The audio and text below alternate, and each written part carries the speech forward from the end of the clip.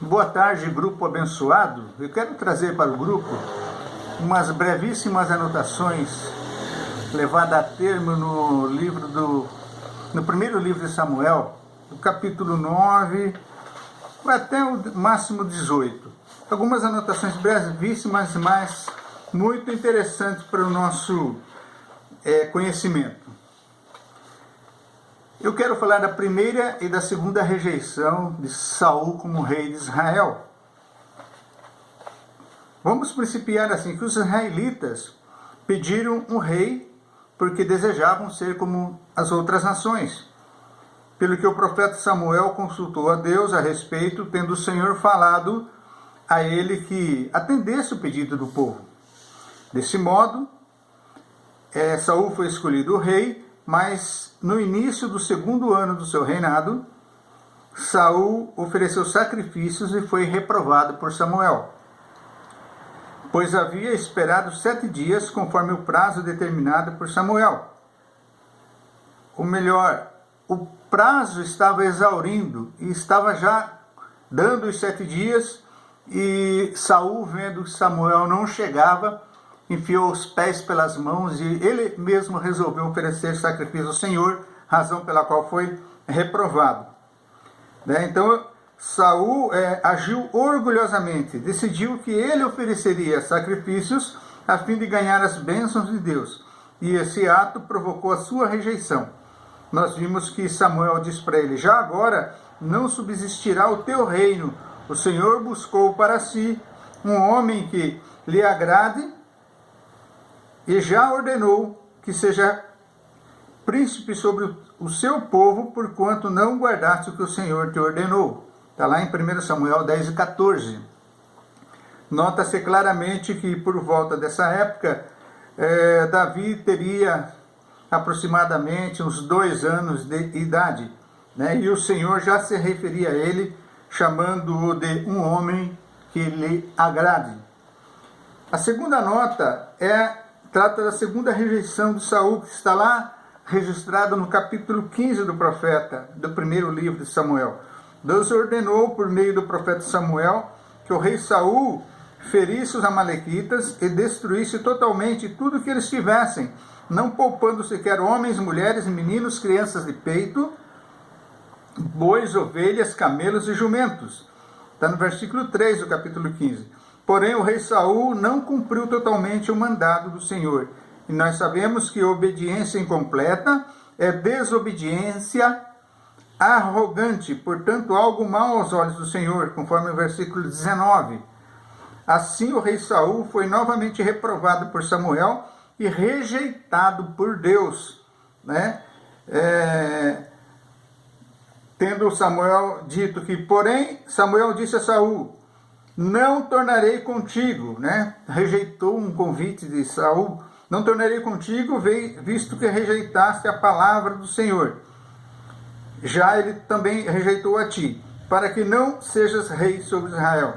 Virando-se Samuel para sair, Saul o segurou pela orla do manto, e este se rasgou. Então Samuel lhe disse: o Senhor rasgou hoje de ti o reino de Israel, e o deu ao teu próximo, que é melhor do que tu. Depois, Samuel acabou atendendo para não desonrá-lo diante do povo, mas a rejeição já havia sido sacramentada. Então, esse próximo, melhor que Saul, tratava-se da pessoa de Davi, mas sequer o profeta havia ainda recebido ordem de Deus para ungir o filho de Jessé. Sequer o profeta ainda tinha a ideia de que fosse Davi, que fosse da casa de Jessé. A nota de número 3 está no capítulo 16 de 1 Samuel. Deus disse para o profeta que fosse até a casa de Jessé, sob o pretexto de oferecer sacrifício ao Senhor.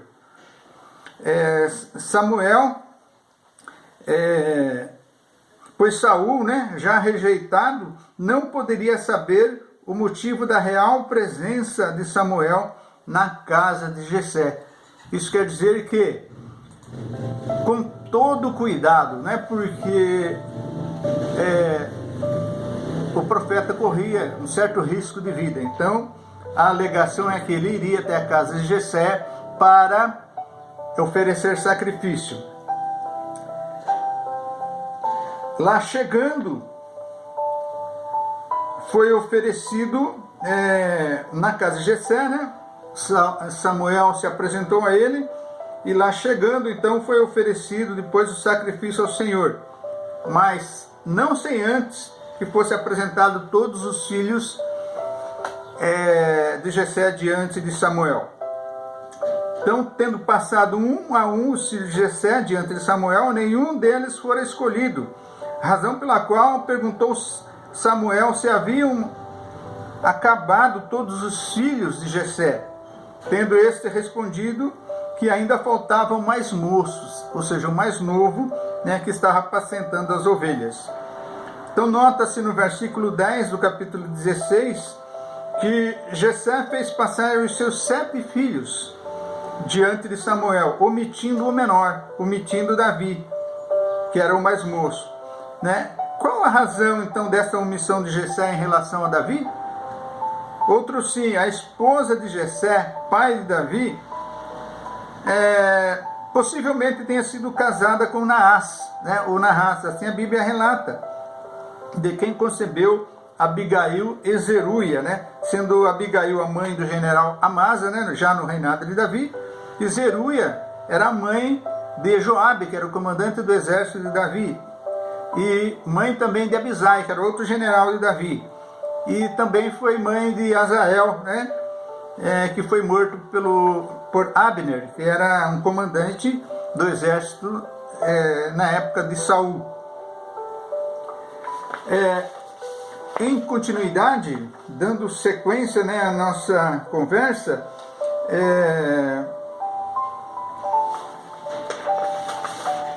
Abigail e Zeruia, elas eram irmãs de Davi por parte de mãe apenas, né? Por parte de mãe. Talvez por isso Jessé apresentou diante de Samuel os seus 7 filhos, né, da primeira esposa, excluindo Davi, que era o 8º, mas de uma outra mulher. Deus faz coisas incríveis, né, irmãos? Escolheu o mais desprezado dentre os irmãos. No capítulo 17, versículo 12, do primeiro livro de Samuel, faz menção de que Jessé tinha 8 filhos, portanto, Davi era o 8º filho. Em prosseguimento, disse o Senhor a Samuel, né, a hora que ele viu Davi, né, que era ruivo, de gentil aspecto, de bela aparência, né, Deus disse para ele: levanta-se e unge-o, pois é este, né, pois este é ele. Está lá em 1 Samuel 16 e 12. A nota 4. Há quem diga e defenda, né, que a razão de Davi ter sido desprezado e de não ter logo de início, né, quando Jessé lá apareceu, ser chamado, né, para se apresentar diante de Samuel, talvez há quem diga que a condição de Davi era de ser um filho bastardo, né? De ser um filho bastardo, ou seja, filho de uma outra mulher. Hoje, né, nós sabemos que não existe mais essa coisa de filho bastardo. Todos têm o mesmo direito, todos são reconhecidos pela lei como filhos, né? Todos fazem parte da herança, todos têm o mesmo direito. Mas não era assim, né, naquela época. Então torna-se interessante, uma vez que Davi, mesmo nessa condição, ele entra na árvore genealógica de Jesus Cristo.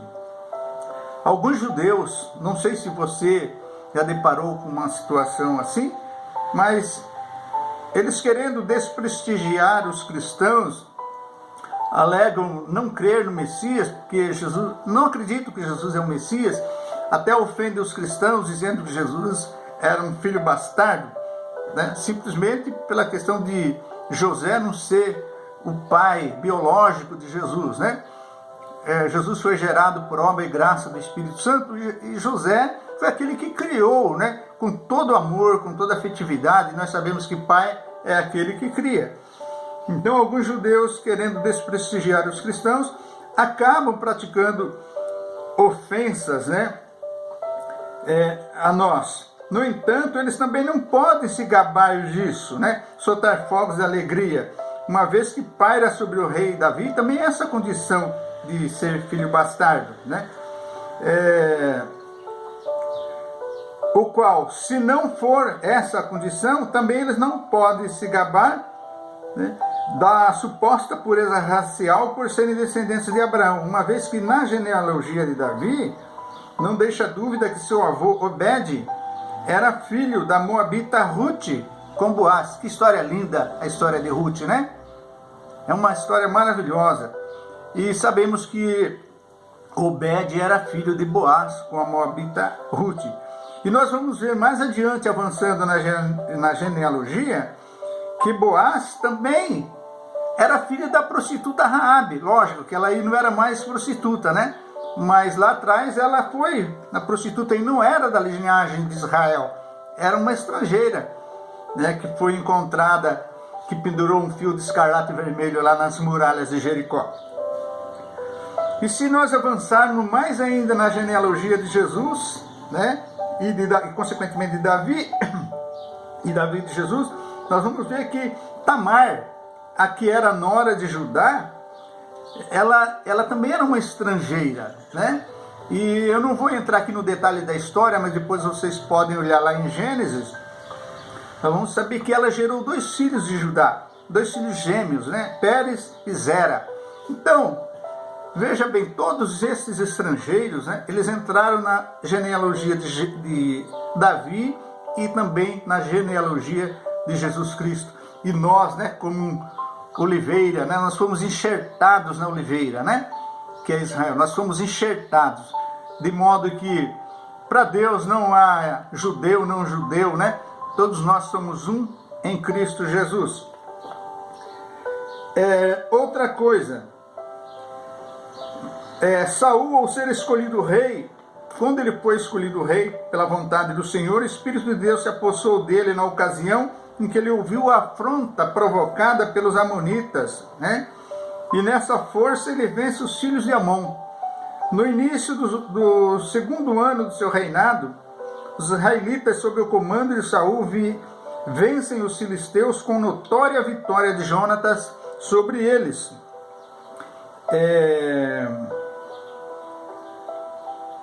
É interessante notar que em toda a terra de Israel nenhum ferreiro se achava, pelo que no dia da peleja não se achou nem espada nem lança na mão de nenhum do povo que estava com Saul e com Jonatas, com exceção deste.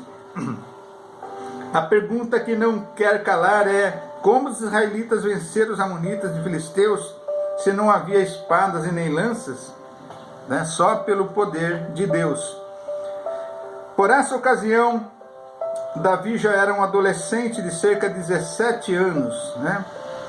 17 anos. Quantas vezes nós, na escola bíblica dominical, a gente aprendeu de Davi, aquele menino, né, que pegou 5 seixos e uma funda e foi avançando contra o gigante filisteu.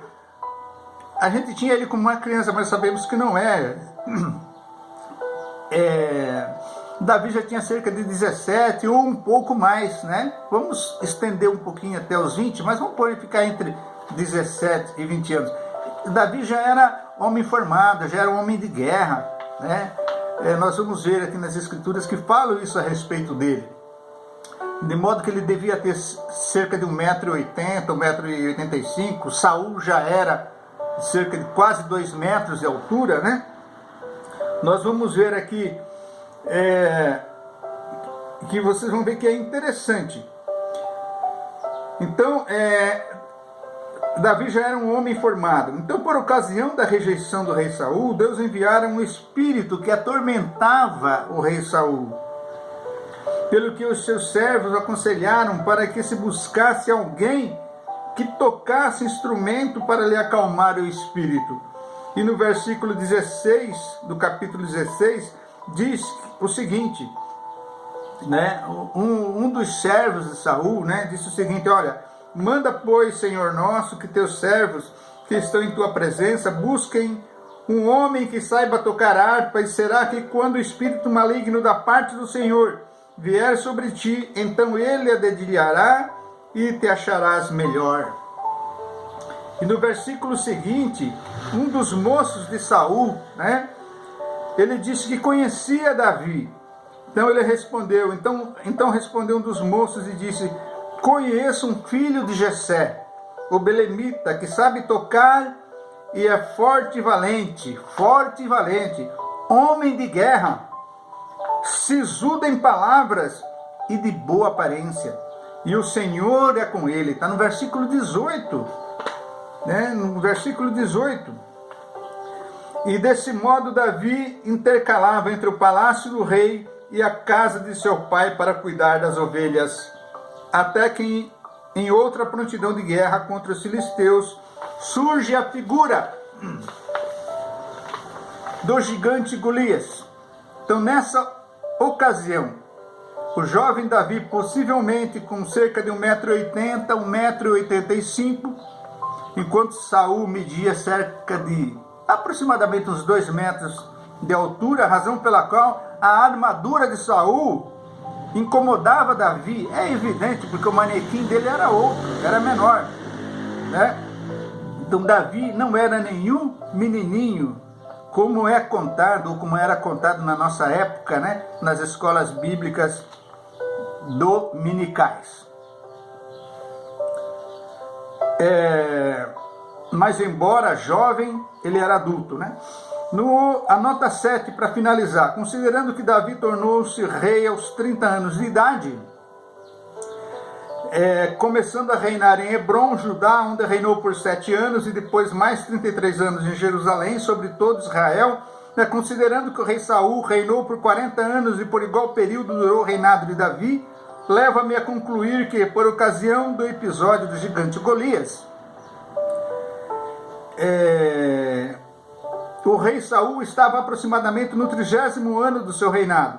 Então, depois de algum tempo que Davi estivera no palácio, e por conta da sua amizade com Jonatas, e sobretudo do enorme ciúme que tinha Saul, em razão de que as mulheres deram a Saul milhares e a Davi 10 milhares, sucedeu, porém, que vindo Saul e seu exército, e voltando também Davi de ferir os filisteus, as mulheres de todas as cidades de Israel saíram ao encontro do rei Saul, cantando e dançando com tambores, com júbilo e com instrumentos de música.